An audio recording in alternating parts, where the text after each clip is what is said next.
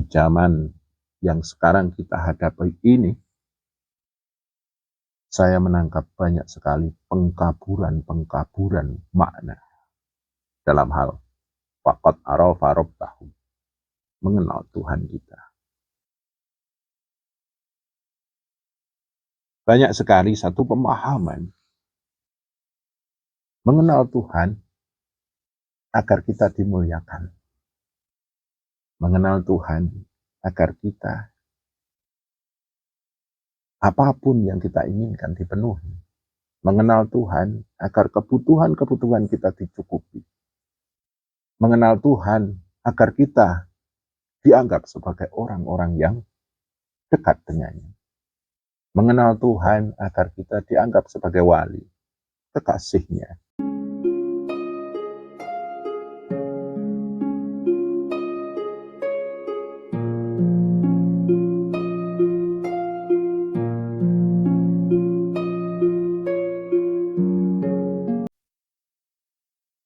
Assalamualaikum warahmatullahi wabarakatuh. Salam bahagia, salam damai dan sejahtera bagi kita semuanya. Saudara-saudaraku, ketika kita bicara tentang ilmu tasawuf, bil khusus ilmu thariqah, ketika kita memasuki satu majelis thariqah, atau mungkin ketika kita ingin memperjalankan pribadi kita, jiwa kita, menembus alam qurbah, mendekatkan diri kepada Allah. Ada satu ungkapan yang mengatakan, man arafa nafsahu faqad arafa rabbahu. Barang siapa mengenal dirinya, akan mengenal Tuhannya. Dari ungkapan tersebut ada dua makna yang bisa kita ambil. Yang pertama adalah mengenal diri. Yang kedua, mengenal Tuhan. Mengenal Allah Subhanahu wa Ta'ala. Dua sudut yang tidak bisa kita tinggalkan. Dua hal yang tidak bisa kita pisahkan. Dalam hal mengenal diri, mengenal pribadi. Untuk apa kita mengenal diri dan pribadi tersebut?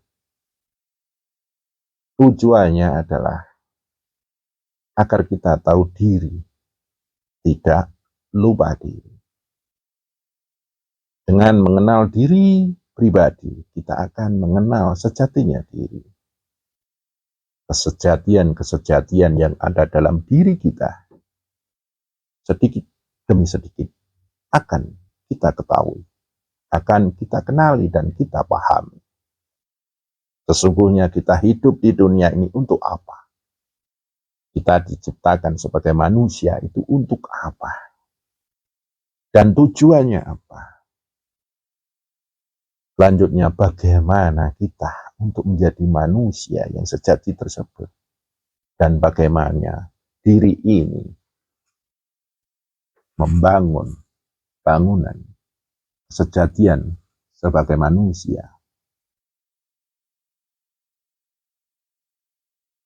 Mengenal diri adalah satu jalan sebagai titik awal untuk kita mengenal Tuhan yang menciptakan diri kita ini. Selanjutnya adalah mengenal Tuhan. Dalam hal mengenal Tuhan ini, sesuai dengan perkembangan zaman, perubahan zaman, di zaman yang sekarang kita hadapi ini, saya menangkap banyak sekali pengkaburan makna dalam hal faqad arafa rabbahu, mengenal Tuhan kita. Banyak sekali satu pemahaman mengenal Tuhan agar kita dimuliakan. Mengenal Tuhan agar kita apapun yang kita inginkan dipenuhi. Mengenal Tuhan agar kebutuhan-kebutuhan kita dicukupi. Mengenal Tuhan agar kita dianggap sebagai orang-orang yang dekat dengannya. Mengenal Tuhan agar kita dianggap sebagai wali, kekasihnya.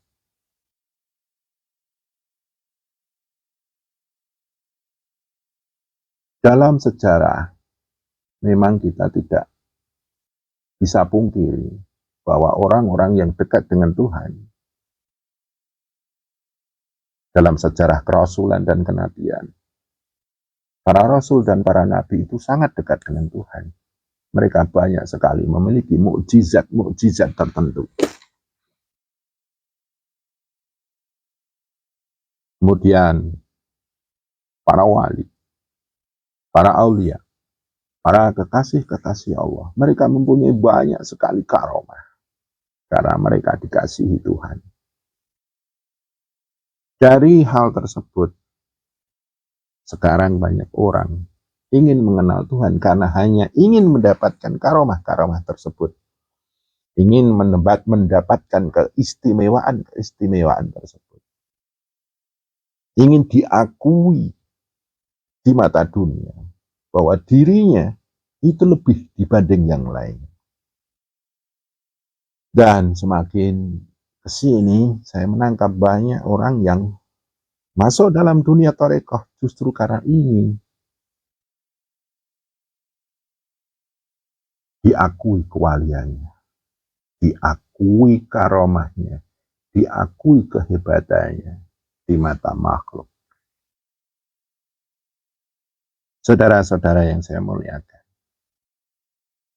ketika kita bicara tentang tarekat yang murni, tarekat yang sejatinya tarekat.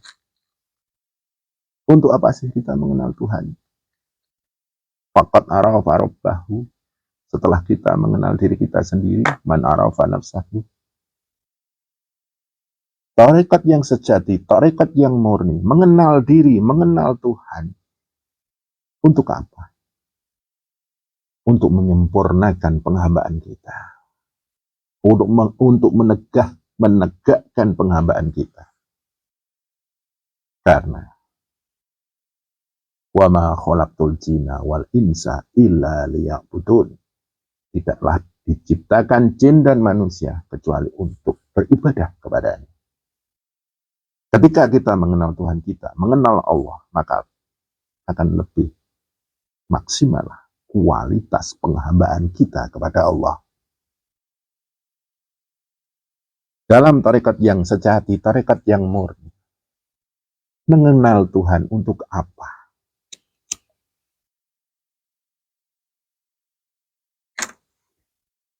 Mengenal Tuhan adalah untuk kita sebut tiap hari.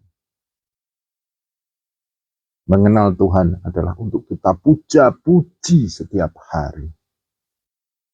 Allah, Allah, Allah, Allah. La ilaha illallah, la ilaha illallah. Untuk kita selalu puja-puji, subhanallah, alhamdulillah, Allahu akbar. Maha suci Allah, maha terpuji Allah, maha agung Allah.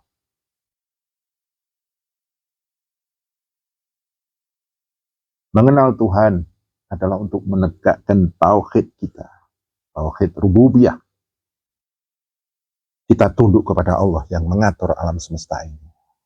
Tauhid mulukiyah, kita tunduk kepada Allah, kepada Dat sebagai raja di alam semesta ini. Tauhid uluhiyah untuk kita menyempurnakan persujudan kita pada Allah yang disujudi alam semesta seisinya ini. Jadi tarekat yang sejati adalah mengenal diri agar mengenal dan memaksimalkan penghambaan kita. Mengenal Allah adalah untuk kita mengenal sesembahan kita, Sang Raja Diraja di semesta alam ini, Sang Maha Pengatur semesta alam ini. Dan satu Harokat di situ, titik, tidak ada yang lain. Tidak ada embel-embel pamrih tertentu. Kalaupun ada pamrih, hanya ridha Allah yang kita harapkan. Wa ridhaka maktubi wa anta maksudi. Yang kita maksud hanya Allah. Yang kita cari hanya ridha Allah. Seandainya Allah ridha ataupun tidak, karena ridha Allah itu misterius. Mau ridha atau tidak, tetap kita puja-puji, tetap kita sujud kepadanya. Mengenal Tuhan adalah untuk memaksimalkan itu.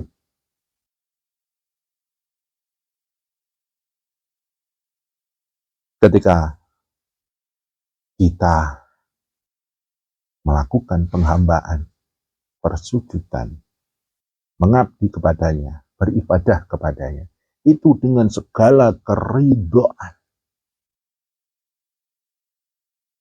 Dan Allah akan meridhoi kita semua. Dari keridhaan itulah Allah akan memberikan kemuliaan, Allah akan memberikan kecukupan, Allah akan memberikan satu petunjuk, Allah akan memberikan warid sebagai tanda belas kasih Allah kepada kita, sang hamba yang selalu bersujud kepadanya, melakukan pengabdian kepadanya. Tapi itu semuanya adalah hakullah. Itu semua adalah hak prerogatif Allah. Bukan wewenang kita. Kewenangan kita, kuasa kita hanya menegakkan penghambaan kita. Berusaha dan berusaha memaksimalkan penghambaan kita sebagai manusia yang diciptakan tidak lain hanya untuk menghamba kepadanya.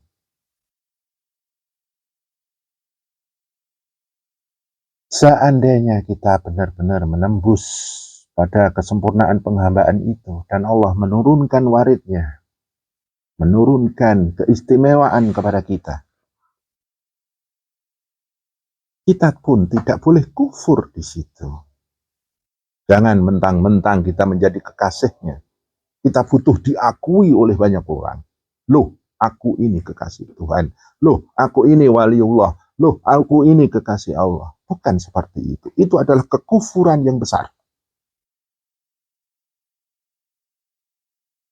Jangan sampai apa yang dianugerahkan oleh Allah sebagai satu berkat atau berkah rahmat atas segala penghambaan kita hadapi dengan kekufuran. Kesyukuran kita harus kita tegakkan. La in syakartum la azidannakum, apabila engkau bersyukur kepadaku, maka aku tambahi nikmat atasmu. Wala in kafartum, apabila engkau kufur, inna azabi lasyadid. Sesungguhnya azabku sangatlah pedih. Saudara-saudara yang saya muliakan, berpijak dari kemurnian tersebut, maka sebetulnya idealnya kita belajar agama, kita belajar ilmu tasawuf, ilmu tarekah, ilmu hakikat dan ma'rifat. Setelah kita mendapatkan ilmu itu, untuk apa? Untuk memaksimalkan penghambaan kita, untuk memaksimalkan pengkultuskan kita kepada Allah. Jangan sampai kita belajar agama secara syariat, tarekah, hakikat dan ma'rifat justru untuk kita mengharap kita dimuliakan oleh makhluk. Berpijak dari kemurnian tersebut, kita sesungguhnya beribadah kepada Allah. Itu menjadi rahasia pribadi kita kepada Allah. Al-insanu sirri wa anna sirruhu. Itu kata Allah. Sesungguhnya manusia itu rahasiaku. Dan aku rahasia dia. Ketika kita beribadah, benar-benar hanya untuk memaksimalkan penghambaan kita kepada Allah. Jangan sampai ibadah-ibadah ini terkotori atau tercampuri oleh satu hal agar kita disebut sebagai ahli ibadah. Disebut orang-orang yang tersucikan. Disebut orang-orang yang dimuliakan. Padahal kemuliaan hanya milik Allah. Jangan sampai kita beribadah karena ingin diagung-agungkan. Loh, aku orang yang ahli ibadah. Keagungan hanya milik Allah. Bahkan mohon maaf, beribadah agar kita dianggap sebagai orang-orang yang khusyuk. Kekhusyukan atau tidak dalam hal beribadah itu anugerah dari Allah.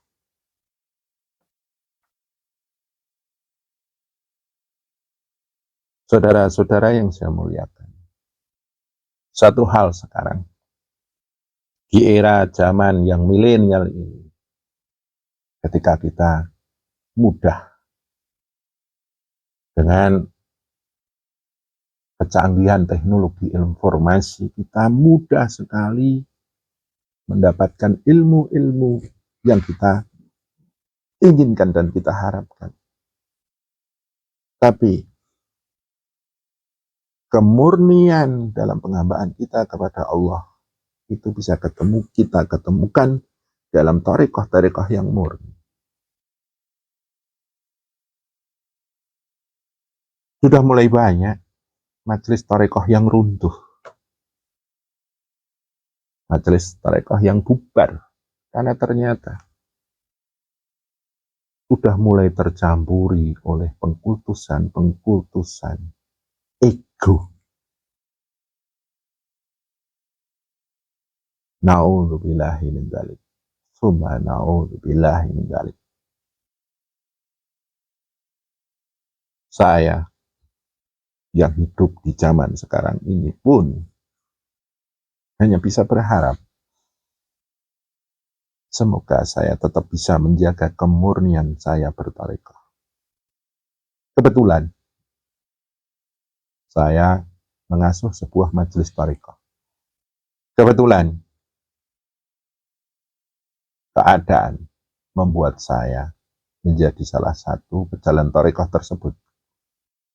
Dan kebetulan keadaan membuat saya menjadi salah satu pejalan ketuhanan. Ada satu pengharapan dari diri saya.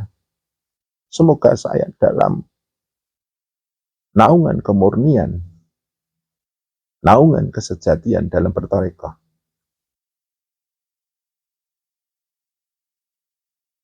saya begitu berharap kepada Allah agar saya selalu dijaga dan dijaga dalam kemurnian itu. Karena saya sadar, saya adalah sebagian dari manusia.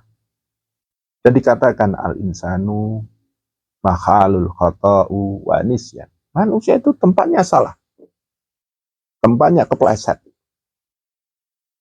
Dan manusia itu tempatnya lupa.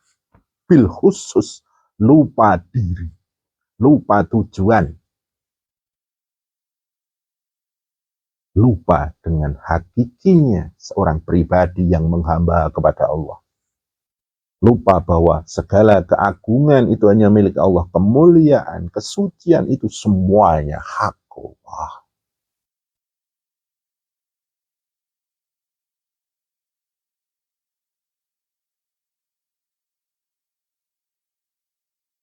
Terus ketika ditanya, kenapa engkau selalu ngoceh di dunia YouTube?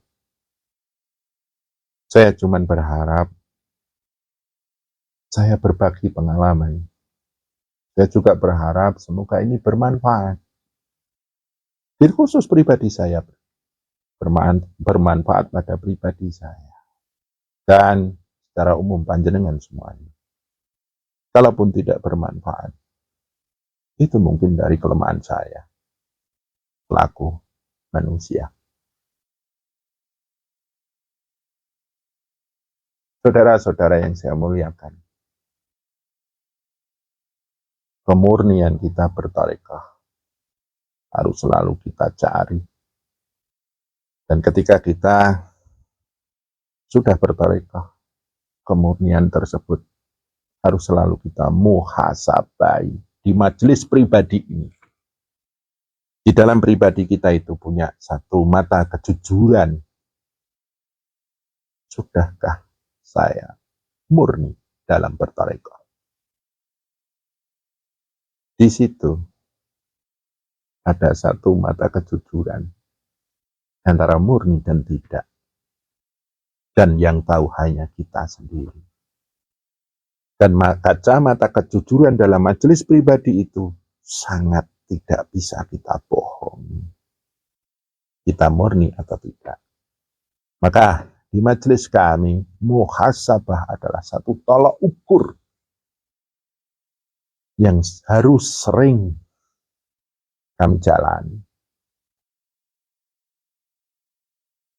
Saudara-saudara yang saya muliakan, kalau kita simpulkan, man arafa nafsahu, barang siapa mengenal dirinya, man faqad arafa rabbahu, maka akan mengenal Tuhan. Cukuplah kita mengenal diri ini untuk kita bisa benar-benar berdiri jumeneng dalam kesejatian seorang manusia. Seorang manusia yang diangkat oleh Allah menjadi khalifah di bumi ini. Dan ketika kita mengenal Tuhan kita, cukuplah kita untuk menghamba kepadanya. Sembah, sujud kepadanya. Puja, puji kepadanya. Karomah bagi para wali, para kekasih Allah, hanya akan diberikan kepada orang-orang yang sudah memurnikan penghambaan. Mukjizat diberikan kepada para rasul dan para nabi yang sudah tidak bisa kita bantah penghambaannya kepada Tuhan. Jangan sampai ketika sejarah mengatakan karomah-karomah para wali seperti ini dan seperti itu, karomah para kekasih Allah itu seperti ini dan seperti itu menjadi satu pemantik berdirinya ego kita untuk berpamrih atas semua itu dan lupa memurnikan penghambaan kita, persujudan kita, puja-puji kita kepada Allah. Dalam hal kita menyempurnakan diri kita dalam hablum minallah, berhubungan dengan Tuhan kita, dan menyempurnakan hablum minanas dalam satu koridor konsep insan kamil. Begitu saudara-saudaraku, ini adalah satu refleksi agar kita bisa bermuhasabah, sudah murnikah thariqah kita. Dan sesungguhnya saya sedang menasihati diri pribadi saya. Dan semoga ini bermanfaat buat panjenengan semuanya. Kurang lebihnya mohon maaf. Billahi taufik wal hidayah. Assalamualaikum warahmatullahi wabarakatuh.